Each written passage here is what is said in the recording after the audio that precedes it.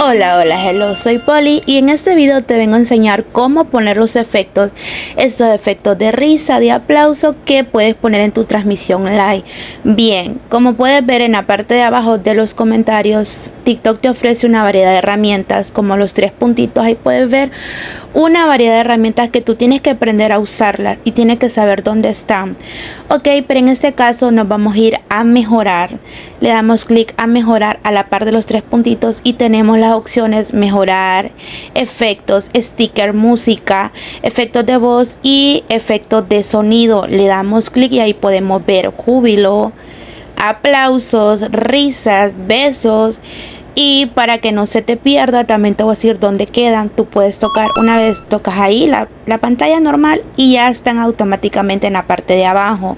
Si tú le das a la X que está ahí, se pierde y los vuelves a buscar. Mejorar, efectos de sonido, dele clic a efectos de sonido ahí. Ok, y automáticamente ahí están de nuevo y los puedes editar, puedes personalizar cuál quieres primero, segundo y tercero, pero bueno, eso ya es opción suya.